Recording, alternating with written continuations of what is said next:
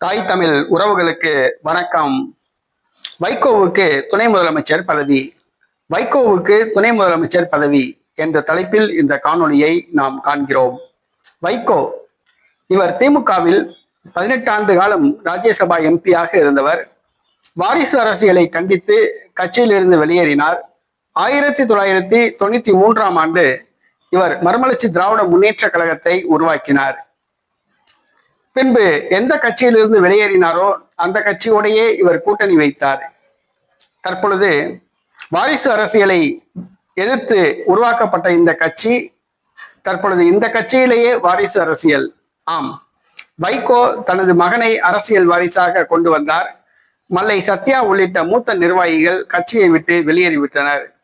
தற்பொழுது கழுதை தேய்ந்து கட்டெரும்பான கட்சியாக மதிமுக மாறிவிட்டது.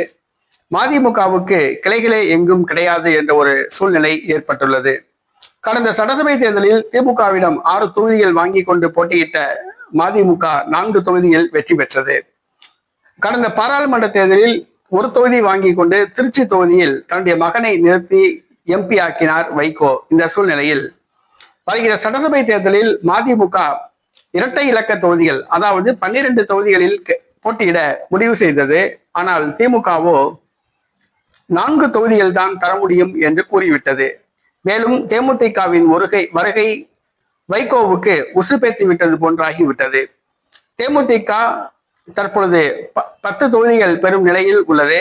வைகோவுக்கோ 4 தொகுதிகள். இதனால் அதிருப்தியில் உள்ளார் வைகோ. தற்பொழுது திருமாவளவனும் கம்யூனிஸ்ட் கட்சிகளும் அதிருப்தியில் உள்ளன.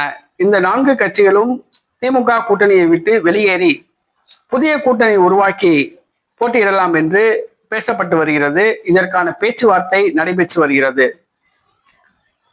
புதிதாக உருவாக்கப்பட்ட கூட்டணியின் துணை முதலமைச்சர் வேட்பாளராக வைகோ அறிவிக்கப்படலாம் என்று கூறப்படுகிறது. திருமாவளவன் தலைமையில் இந்த கூட்டணி உருவாகும் என்று கூறப்படுகிறது. வைகோ துணை முதலமைச்சர் ஆகலாம் என்று கூறப்படுகிறது. தற்பொழுது வைகோவுக்கு 80 வயது ஆகிறது என்பது குறிப்பிடத்தக்கது.